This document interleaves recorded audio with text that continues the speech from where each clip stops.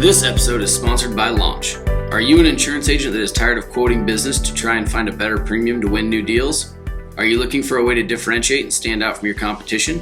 Well, look no further than Launch. Launch is an industry-leading software platform that gives you pre-built assessments that you can walk through with your prospect. Launch automatically calculates your prospect's risk score, and this allows you to show your prospect the areas you can fix to negotiate better premium and coverage with underwriters. Offer more value to your clients, turn missed sales into closed business, and most of all, become a better advisor to your clients. Visit getlaunch.io today to get more information on how you can use Launch to win more BORs starting right now. That's getlaunch.io to learn more. Welcome to the Getting Past the Premium podcast, where we focus on breaking down risk management problems bit by bit until we find a solution. If you would like to discuss anything you hear on GPP with us, please reach out using the links in the description. Enjoy today's episode. Welcome, Andrew. Appreciate you having taken some time and coming on the show with us. Thanks for having me. Happy to be here. Absolutely. And we've also got Mr. Ben Woods today as a guest host for Elliot. Hey, Andrew. Good to meet you there. You too, Ben. Looking forward to getting into it with you, man. We had a nice little run-up conversation prior to this. Got a lot of things in common, and I think this will be a great discussion. So, yeah, I agree. We got to start recording more of the show before the shows is what we call them. That's some quality content. But yeah, Andrew, well, if you wouldn't mind, just kind of bring us up to speed on who you are and where you're at, what you're doing, and we can dive in from there. Sure. Phoenix, Arizona, here in the INSURICA office in Phoenix. We call it INSURICA Southwest. And I am a specialist in workers' compensation. I love all P&C lines of coverage, so I work with all of them, especially lately, a lot of cyber insurance, talking about, things we can't protect against on the front end so easily. Directors and officers, professional liability. We work with a lot of contractors. I found a knack early on in the work comp world, specifically with the E-Mod. I've been sitting in this chair for 14 years, a little more than that, and love this conversation, whether it be with colleagues or whether it be with prospects or whether it be with clients. I enjoy talking about insurance and risk management more than I probably should. And I'm married, my wife Ann. I've got a 4.5-year-old daughter and a 10-month-old son. Oh, wow. Yep. We started a little bit later. Or I did. Yeah. Keep me busy. And those are the vitals. Yeah, that's awesome. Well, I know time flies, right? Ben and I both got a few kids of our own, and school starting, and so it's today. Yep. All of them went back today. Yep. Last Thursday over here. Well, good. Well, on the heels of kind of what we were chatting about, Andrew, just kind of give me a high level philosophy or overview on your philosophy and and how you engage your clients. The overarching philosophy, which I would never tell them, but what I have in my head the whole time, is the goal is never to sell insurance or insurance policies. And whenever we hire a new person, and we have quite recently, I always remind them, and I'm going to talk specifically in the property and casualty insurance, there's no need to even think that that's the goal for us to sell insurance policies, because there's nothing to sell. Every viable prospect, every business that we would like to work with that's reputable and legal for that matter, already has it. So we can't sell them anything they already have. Nobody needs 2 workers' compensation policies. Nobody needs 2 general liability policies. So the name of the game is we are trying to position ourselves to be hired by the company as their agent. Now, of course, that means displacing somebody else, but with that overall mentality, I think the mindset shifts to how can we provide more value, because the price is going to be what the price is going to be. Yep. And that's driven by the carrier markets, that's driven by the overall markets, the economy, a lot of different variables that are outside of our control. and we'll get the pricing, and that'll come in, and we'll see what it is, and we'll talk through it. But that's pretty much not set by us.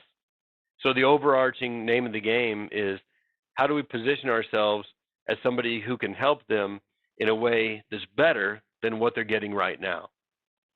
Yeah, that's a very, I'd say it's a unique way to look at it, and spot on. You're right. I mean, people don't need two work comp policies. And when you frame it that way, it makes it very clear that you need to bring more value. Mm-hmm. Yeah. And the way the analogy I make is if you have a CPA, but you're looking at maybe moving to another CPA, the CPA does not sell you taxes. The CPA helps you prepare your taxes.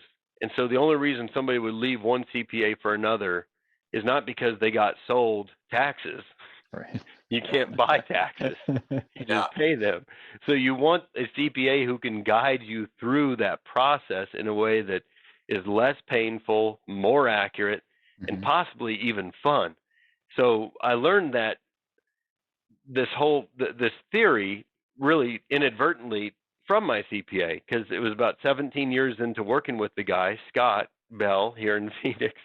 And I just said, why is it that every time my wife and I do taxes, it's actually kind of fun? We actually like you. Yeah. And he said, look, I deal with people with something that they can't stand doing. They never look forward to it. Yeah. They just want it to be right. And so my theory, my method is to make it better with me than it would be with somebody else, whether that be TurboTax or another person. Right. Yeah. So I stole that from him, and I just thought, my business, people don't like dealing with it, but they have to. It's a necessary evil, right? Not to be cliche. So how can I, in my role, make it easier, possibly even fun? A lot of clients tell me they do have fun with me, especially in the seminars that we teach, and but less painful. And then sometimes that can be enough, and then you back that up with all the knowledge and the technical parts, and it's been a good 14-year run. Yeah, that's awesome, and what a great parallel to, we've talked on the show quite a bit, and Ben and I, we spend a lot of time with CPAs, and they're always the most trusted advisor, no matter who you talk to. If you ask a business owner who's at the table for the big decisions, it's always the CPA. And the risk advisor is never part of the conversation, or if they are, they're named last. Right. Yep. So we've earned it as an industry. We've earned that. Yeah. Right. Well, as we were kind of catching up before, Andrew, you mentioned that you've kind of niched out a little bit. Tell us about that. And then I'm really curious in how you kind of found that niche and what you're doing to exploit that today. Sure. So I'll try to keep it short. With oftentimes talking about something I'm passionate about, I have a hard time keeping it short. But what I realized is probably it was early on, 2008, 2009. I started to understand that with workers' compensation, it was the one line of coverage that every business owner was going to be upset with 100% of the time. And here's why. If they never had any claims, then they're mad that it's not free, because it shouldn't cost anything if they've never had any claims. And if they've had 4 or 5 claims and the Experience Mod score goes up, then they're really upset because now it costs too much. The premium is more than the injuries.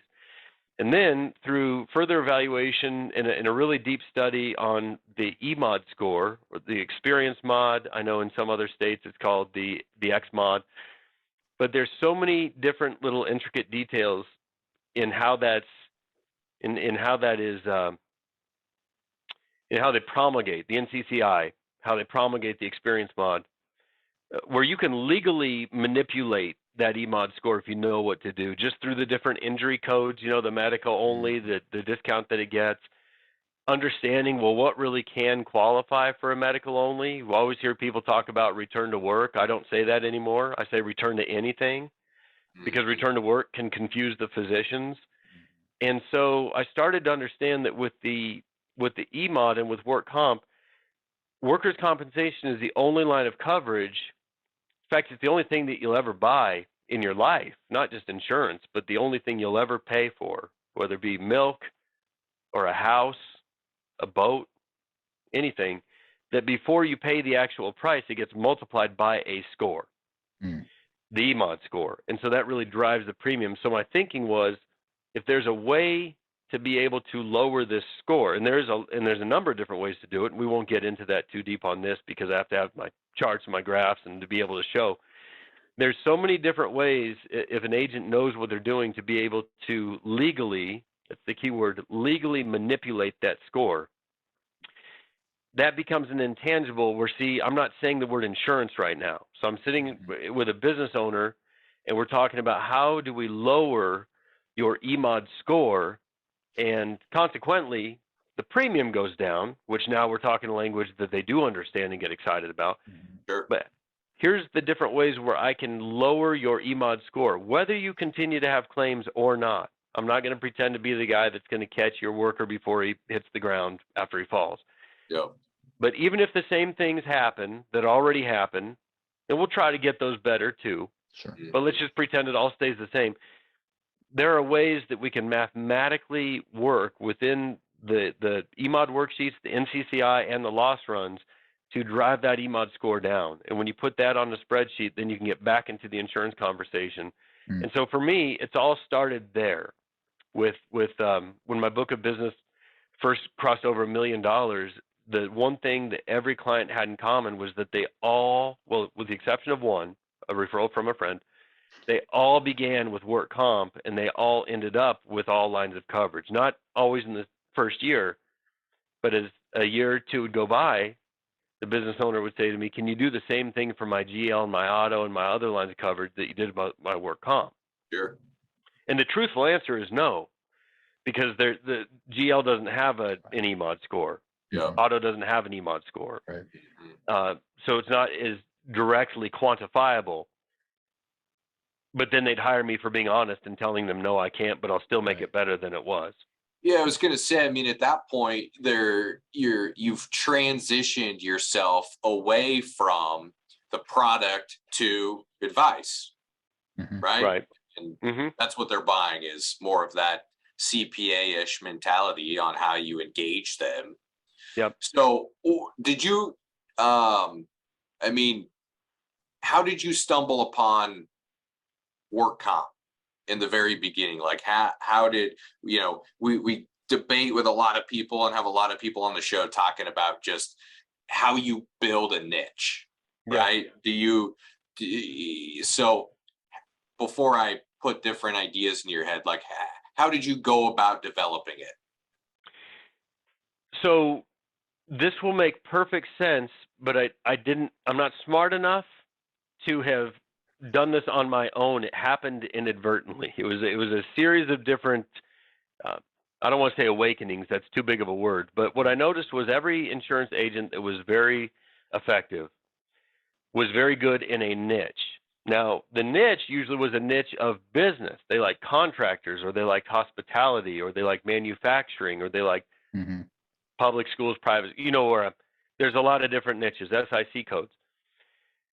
Well, if in the file cabinet behind me where I've got several thousand EMOD worksheets, if I pulled them out and held them up, you wouldn't know what type of industry it was because they all look the same. And the EMOD, so I thought I can become, as I started to find all the inherent deficiencies with workers' compensation, which is a horrible system. I should have said that first. It's a horrible system. It's not employer friendly, it's employee friendly. When I teach my seminars on it, usually make a lot of people laugh because I go through all these different claims. If you think what happened to you is bad, wait till you hear this type stuff. Because no matter what story anybody has, you're not going to believe what happened. I've usually got 3 or 4 other examples that are similar but worse. Sure. So you start with a really bad system. It started in 1911 in Wausau, Wisconsin as no-fault coverage. It used to be called workmen's comp because the workforce in 1911 was mostly men. Sure. Yeah. And now it's changed to workers' compensation. And I mean, you could argue that it's the first form of socialized medicine in America. It's no fault, everybody gets it. Right. So it started, in my opinion, as a good noble thing, and it's metamorphosized into something that's very fraudulent laden and very prone to abuse, fraud. For sure. So we kind of start with that, and I think, okay, work comp, every business owner doesn't like, and every business owner has an EMOD worksheet. So to be a specialist or to have a niche, it doesn't matter so much what their SIC code is or what the business does, because they all have work comp and they all have the EMOD worksheets, and all the EMOD worksheets, other than the name at the top, look in the injury data, of course, but they look exactly the same. So I thought, if I can master this one line of coverage, then I can be a niche person, but with businesses that spread all around Phoenix and Arizona and now into other states. And that's what's happened, because I do have, it's probably 75% contractors that I work with, but our agency is about 90 to 95% contractors. So during the pandemic, we kind of, by luck, right, we got through it just fine, because in Arizona, contractors were deemed necessary businesses. They never got shut down, and so we braced for the worst. We came out just fine. It was okay. My heart goes out to the agents, some friends of mine, that insure hotels and restaurants and bars, that kind of thing. But I've helped my friends with their work comp, with their client, and guess what? The EMOD worksheets look exactly the same. It's a long way of answering your question. Why did you pick work comp? Because it's the knowledge of the EMOD and the EMOD worksheet and how the NCCI deals with that, and the expected losses and the primary losses and the rateable excess and all the different things.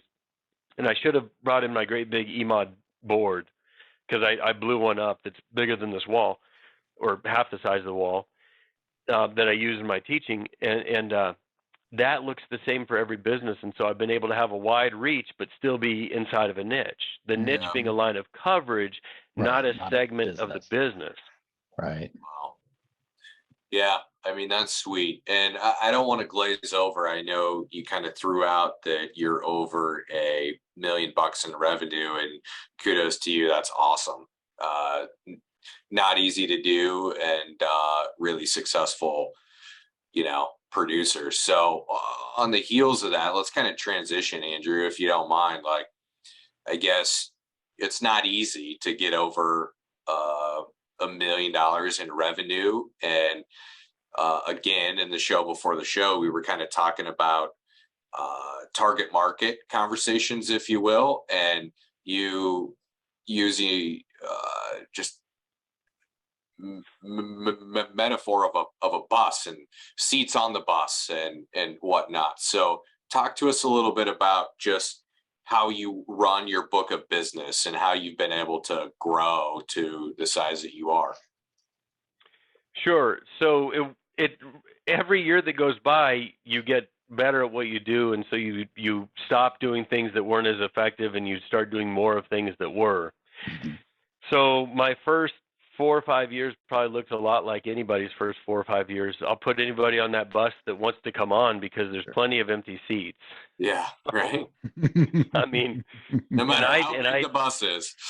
Sure. It's a hodgepodge of folks from all over the place. I'll take them, and I don't do that today, but I'm glad that I did, because in that process, you really get to learn, who wants me to cut, copy, paste, and pray.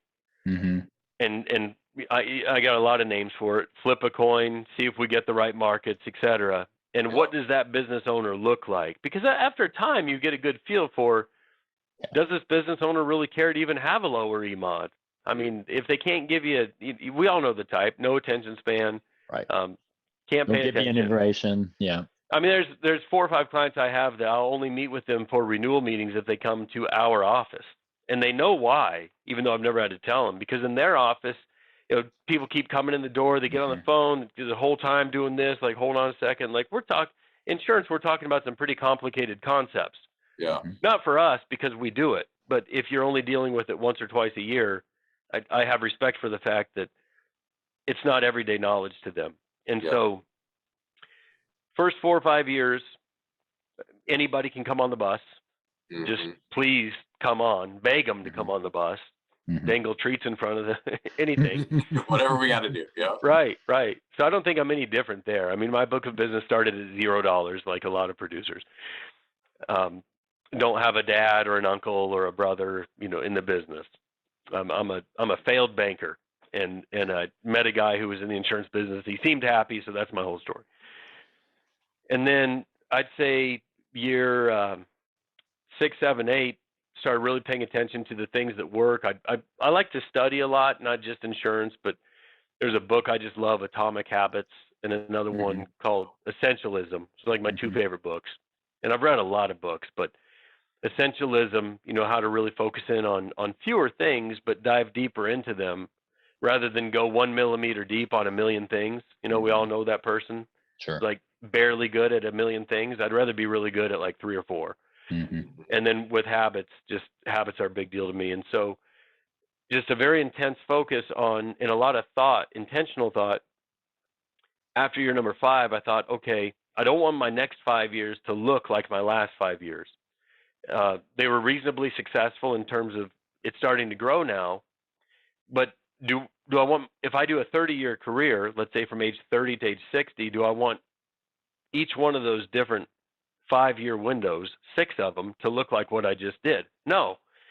So to be more targeted to the things that you would expect to hear, the bigger businesses with bigger problems, the contractors all have an issue with work comp and their EMOD, because it's not just a cost for them if their EMOD goes up.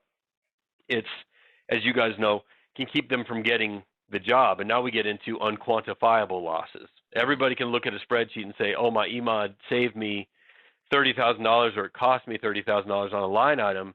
But then when I say, well, how many jobs did you lose out on because of your EMOD that's over a 1.0, they don't know. But now we're talking about unquantifiable millions. Yeah. It also helps direct them off when they get all hung up on the $10,000. I say, Right. I say there's a lot of agents out there that'll help you try to shave that $10,000. I'm the guy that wants to help you not lose the $10 million job you just told me about last month. So your guy can help you buy gas. I want to get you the kind of money that will help you buy the semis. So, which is not even a good analogy with the gas prices anymore, but it worked well last year. On to the next analogy. Yeah. No, So, I mean, yeah. I'm looking for that seismic shift, that seismic change. I let the prospects I work with today say, I'm not a good agent to work with if what you're looking for is a little bitty tiny change, or if you're looking for like a 2 or 3% savings, which I understand and fully respect, that's a couple $1,000s. But if that's what's going to make you happy, I'm not the guy.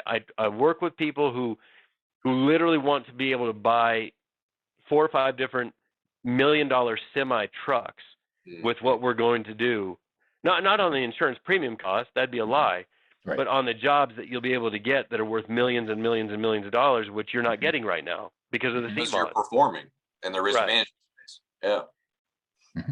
So it's a lot more. There's a lot more focus right now, and I hate saying this because I don't want to sound condescending. Working with business owners who get it or who are willing to get it. And the people I'd put on the bus the first 5 years, they never wanted to get it. They didn't even pretend like they wanted to, so it's not their fault. Not mad at them. But you develop into a more sophisticated buyer. As our own knowledge gets more sophisticated, don't we deserve to work with somebody who will appreciate that level of sophistication? I would say yes. Otherwise, why would we study so much? Sure. For sure. I mean, that like transcends across the industry, right? And is kind of a symptom of where the industry's at a little bit right now, is that we've had, there's so many agents, producers that are generalists that attract that type of person that as a target market client. And it's really difficult to grow a business, scale a business like that. Right.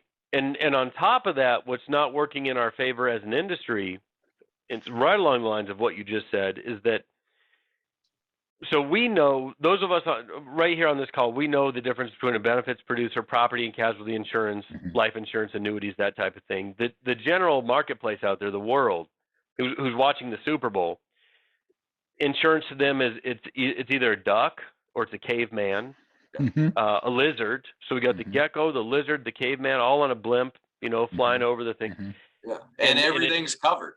15 minutes, they'll save you 15%. And so the general landscape out there for the insurance industry, which is a big, big industry, is feeding the bid and quote mentality, because there's multi-million, billion-dollar ad campaigns going behind the simplicity of that message. And so even though the clients that we work with that are commercial insurance, property and casualty insurance customers, even though they know that we're not Aflac or the duck or the caveman or the gecko, even though they know that, on a subconscious level, there's still an instillment in their brain of this comes down to two spreadsheets, Andrews and the other guys. So we got out of the bidding and quoting about 5 years ago, completely. I'll be hired on a performance basis. If you really believe we can perform better, it's a great fit. If it's cut, copy, paste, and then pray, I hope they pick me. It's just not a good fit. Yeah. Yeah. I mean, so true. So I'm going to sum that up with saying that you have transitioned from the quote unquote, transactional model to an advisory based model. And, we refer to that on the show, obviously, as getting past the premium. So kind of walk us through, I guess, Andrew, from your standpoint on what you're doing on that advisory level. Like, how are you helping your clients from more than just on the work comp side, when you're bringing them in and you're working with them holistically around risk and risk management? How are you going about that conversation, and what are you doing? What value are you adding to the client? And furthermore, Andrew, how are you making it fun? I'd like to hear a little bit about that as well. My favorite part. Here, reach into my drawer here. I do all this. Oh, he's got. There you props. go. Make your E-mod gray. That's amazing. That's awesome. That's great. My client made me some shoes. The E-mod man. That's awesome. You got a full brand. Oh, it's That's a big. You've made it. Yeah. Yeah, man. That's awesome. Well, and like return to anything, I started saying that so much in 2013. I just went on to GoDaddy. I bought the domain. So if you go to returntoanything.com, that's me. People grabbed onto that. They just thought, return to work. I'd say I don't say that anymore. Return to work isn't applicable. If you go to a doctor with a shoulder injury and the doctor says, "What do you do?" and you say, "I'm a painter," the doctor's going to say, "Here, take some heroin or Vicodin," they call it, the clinical name, and come back in 3 weeks. And so that confuses everybody. But if you say return to anything, and I've got 10 other jobs this person can do on this return to anything form, and then we work with but to your advice, the advice question is, well, Andrew, that sounds great, on paper, but it doesn't work in real life. Oh no, it does. I'll do that. So anything that somebody says won't work in real life, I'm getting to the fun part, I prove it. And so I actually went, and I'll send you guys pictures, but you can't put them on the podcast. I faked an injury. I went to the industrial commission because I had an employer that was talking about, I've got a guy, and he's super, super smart guy, and I think he's going around and he's getting an attorney in this whole thing, and he made it sound like his employee, who we all knew faked an injury, was some kind of genius. And I just said, he doesn't have to be that smart to do this. And so the next day, I went to the industrial commission. I faked an injury. It was an ankle. And even though I wore a hat that said, "Make your E-mod great again," I went in and I met with one of the industrial commission attorneys. And then I went to a law firm here in town, one of the law firms that always has those ads on TV, Interreckoning. If you're injured, call me. Yeah. I documented the whole thing. I've got photos from start to finish, from filing a fraudulent work comp claim against my own company where I work, to retaining outside counsel to explore a loss of consortium claim. What would it look like to go above and beyond the work comp provision, the statutes? It all took about an hour and a half. And so I was able to show, and I do this in the seminars that I teach. That's the fun part. I show the pictures of me being the idiot. Here's me doing all this. Yeah. And that's why I told Alex, I love what you guys are doing with the blogs and with Phil Nye, the benefits guy. It's in that same vein of, look, they're dealing. Nobody looks forward to seeing us any more than we look forward to going to the dentist. And so it's nice if it's a little bit better. But the advice part, I believe that all the inherent knowledge that comes along with all the book knowledge that we can learn, and I think that's very important. Mm-hmm. But I don't think being smart. I'm closer to 2 million now than I am to 1 million. So as I grow to that, I don't think that is what did that. It was just being really smart. I think it's the different ways in. Mm-hmm. And so I read a lot. I read the Advising Daily newsletter, and anytime I read something that I think, man, because cyber insurance right now is a big deal. Mm-hmm. A big deal. I love the article. You guys had one. I've got a new word, hacktivism. Yeah. I'd never seen that until I went on your website, so I'm going to start using that because I didn't see that you had a trademark on it. I love how and that article is great. But see, if I were with that article, I'm immediately thinking of my top. I've got 49 always on a list. I call it my T49, mm-hmm. and I carry it with me everywhere. So if I'm at lunch with somebody who likes me, a current client, I just they may not know anybody on the list, but they get them thinking. And then mm-hmm. that's like where all my business comes from, is just from current clients, just asking. So that's what helps build a book of business, not being so smart. It's do you know these guys? Because they do. And so like that hacktivism article, for example, or anything that I read that's really entertaining, and a lot of times it has nothing to do with insurance. Mm-hmm. So like with the whole, I've had fun with politics because I don't play a side. Now I'm on a side, but I don't play one in my role. But it's easy to laugh at politics, especially today. Oh, for sure. And so I can get just the lunacy of it all.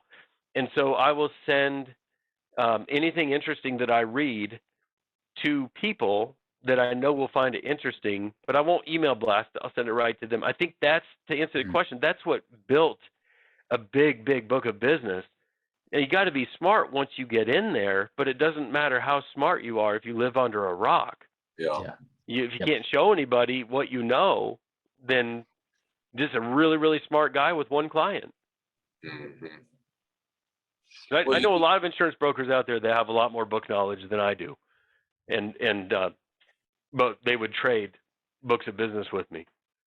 For sure. So your utilization of seminars, you mentioned that earlier, Andrew. Is it mostly educational for current clients to bring a friend type of situation, or is it purely for bringing in new clients? Talk to us a little bit about your seminar angle, because it sounds like you do a ton of them. It's been really effective. So only 2 since March of 2020. We're going to get started again. I can't wait. We wanted to be careful with the, Arizona was looser on COVID than a lot of states, but we still had restrictions and just wouldn't want to make anybody feel uncomfortable. So we didn't do them live. I do not do my presentation. Well, we'll do some cyber and stuff, but the work comp, the EMOD seminar that I developed, I will not do that in webinar format because there's too many other agents out there that are dying to have it. And I don't mean you, I mean in my market. Totally. Yeah. And so I do seminars I don't even do it at association events anymore. In 2014, I looked out and there was 17 other agents, and they're like, finally going to learn what Andrew was saying that caused my guy to go over to him. And so I'll still do them, but we moved across the parking lot to a much bigger office a year ago with a bigger conference room. And the way that works is I've got thousands of email lists, but I don't want thousands of people. I don't want just anybody to come. And we've got 5 or 6 other agents in the office too. And I say 5 or 6 because some P&C, health, benefits. And we just invite people that we want to come. And oftentimes that includes current clients because they need a refresher. Mm-hmm. And like if we're doing a seminar on OSIPs, owner-controlled insurance programs, CSIPs, the contractor-controlled RAPs, workers' compensation, the EMOD, benefits, we just like to teach because there's no strings attached. They don't have to. They're not going to get sold anything. They know that by now. We've got a good reputation for it here in Phoenix as being, the seminar agency. But I like to make that really fun. I like it where my PowerPoint by the end, when everybody asks for it and I have to explain why I'm not going to give it away, that I can ask them, what would you do with it anyway? I mean, there's 5 pictures of the Kardashians. There's an NFL football player who just got fired. There's, it's like it's all in the dialogue and what was said. Yeah. It's not just a bunch of bullet points. Your advice. Yeah. And so people like to come to those, right? And they love to come to those. And so that just 2 methods. I carry around my T49 list. One time a guy asked me, why 49? Like I just said, I'm a busy guy and 50 prospects is just way too many to keep track of. So I've got 49 and people want to help with that. And then the seminars provide, with 20 people in the room, a year's worth of prospecting for each one. Yeah. And I have a great big board that, again, it's down the hallway. I really should have brought it. But it just says, obtaining insurance quotes will not fix your EMOD score. Now, keep in mind, the whole 2 hours is focused around how to improve or fix an EMOD score. What used to happen before I made this great big board that cost $6 is a week later, somebody would call me and say, I love that presentation. That was great. I had no idea that it worked that way. I had never heard of a unit statistical filing date in my whole life, and now I know that's the most important date. And I didn't know all these things. Can you get me some numbers? And I'd say, we'll just say Billy. I'll just say Billy. Billy, you sat there for 2 hours, and all we talked about was how when the Experience Mod score gets lowered or goes down, that fixes the premium. Your premium with me is going to be the same as everybody else on the front end. Because your EMOD is your EMOD. It runs a year behind anyway. Your payroll is your payroll, and the rates are the rates. So again, getting to the more sophisticated buyer, like if I can't get that through to you, man, then we're not a good fit. Yeah. And so I finally, and you answer the same question so many times, right? Like, no, I can't just get you numbers. That's not what the presentation was about. It wasn't about getting numbers. It was about fixing your problem. Back to the CPA. Yes. Right, can you imagine sitting down with a CPA that takes an entire hour and shows you all these different loopholes that he has discovered on his own and how it's going to save you $1 million a year, and then you call him and you say, what's your hourly rate? Right. You'd be like, no, man, I just showed you where to find $100,000 in your taxes. Oh, and by the way, I want a deal on that rate. Yeah. Right. So I printed this board up, and that kind of got that's probably for the last 35 or 40 of them, which, once a month for about 3 years. So it got people off to a laughing start right away when it said, obtaining insurance quotes will not improve your EMOD score. Then the whole 2 hours is about how to improve your EMOD score. So then if anybody would call me after that and say, can you get some numbers? I'd say, did you see the sign? It was right next to the PowerPoint for 2 hours. I led with it. Because at first I had it as one of the slides, at the end. Yeah. And so people saw it and they laughed, but it kind of blended in with everything else, and I still got that call. So I'm like, no, but really, I just want to save a few bucks. Yeah. So I put it, it's on a little easel, and it just sits right next to the whole PowerPoint. So for 2 hours, if their eyes go this much to the left or right, they're seeing that. And then when they call, can you get some number? Like, no, you saw the sign for 2 hours. Yeah. So, that's so good. I love that. That's the fun part, though, right? It's you've got to know a topic well, I think, before you can really have fun with it, because then you can be comfortable talking about it. But I don't think I can teach you guys or say anything that you don't already know on the fun part, because I've been to your website and I've gone through the blogs, the videos. I think it's fantastic. Well, yeah, we appreciate that, and we're trying. We're definitely not experts, and I love engaging in dialogue with guys like you who have mastered it and are creating a very successful business around it and helping a ton of businesses in your community. So I wish we could keep this going, Andrew. It's been an amazing conversation, and we didn't get to talk about half the stuff I thought we were going to get to talk about in the beginning of the call. That's my fault. If we no, man, this is the way it goes. So we'd love to have you back on at some point. And continue to kind of peel back your onion. And I think there's a lot of people across the country listening that could benefit from listening to a guy like you with your mindset. So really appreciate you coming on today, and best of luck to you. And It'd be fun. I'd enjoy that. Thanks for having me. Thank you for tuning in to Getting Past the Premium. We are excited to continue breaking down barriers and finding solutions together. If you would like to reach out regarding anything you heard in today's episode, find links and contact info in the description. Until next time, have a great day, and let's continue getting past the premium.